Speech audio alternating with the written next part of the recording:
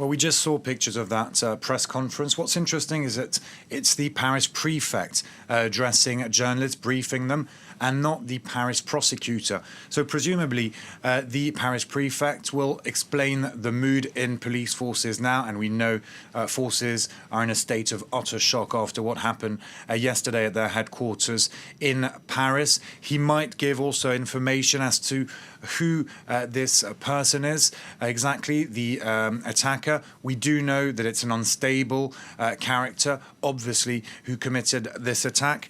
Regarding the inquiry, one very important element is his wife being auditioned, interrogated by police forces. It began last night after the attack, and now we've just learnt that it's going to be extended by another 24 hours. So the wife of the 45-year-old will have spent in total 48 hours with police forces.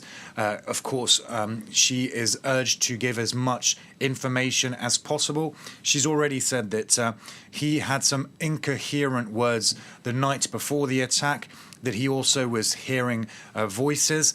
The 45-year-old is 70% deaf. He is believed to have felt victimized by his superiors, not recognized for his work.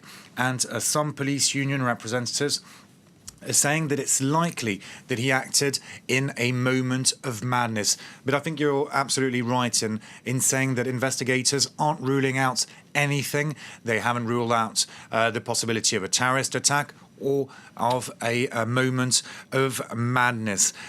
We said that the wife of the attacker had been into police custody. His brother also. His brother, who turned up spontaneously at his house after the attack. His house is located in Gonesse, in a Paris suburb, and he was also questioned by police. We don't know exactly what this brother told police forces.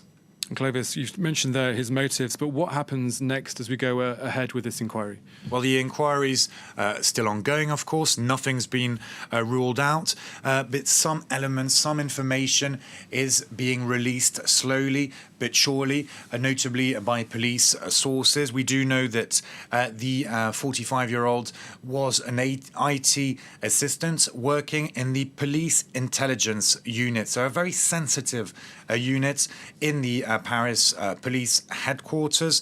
We know that he's 45, he has 2 children, and also that he converted to Islam 18 months ago. We need to be careful that this does not mean that he was radicalized in any way. That's what the government spokesperson Sibeth Ndiaye repeated this morning on France Info radio. The authorities keen not to stoke any fears, not to speculate. They want to stick to the facts in this highly sensitive context. Of course, we know also that there had been some tensions between him and his superiors, and the morning of the attack happening between 12:30 and 1 p.m. Well, he had a meeting with one of his superiors, and now we really need to wait for investigators to brief police. And soon, later in the afternoon, we'll bring you, of course, the very latest from this press conference with the Paris prefect, who presumably will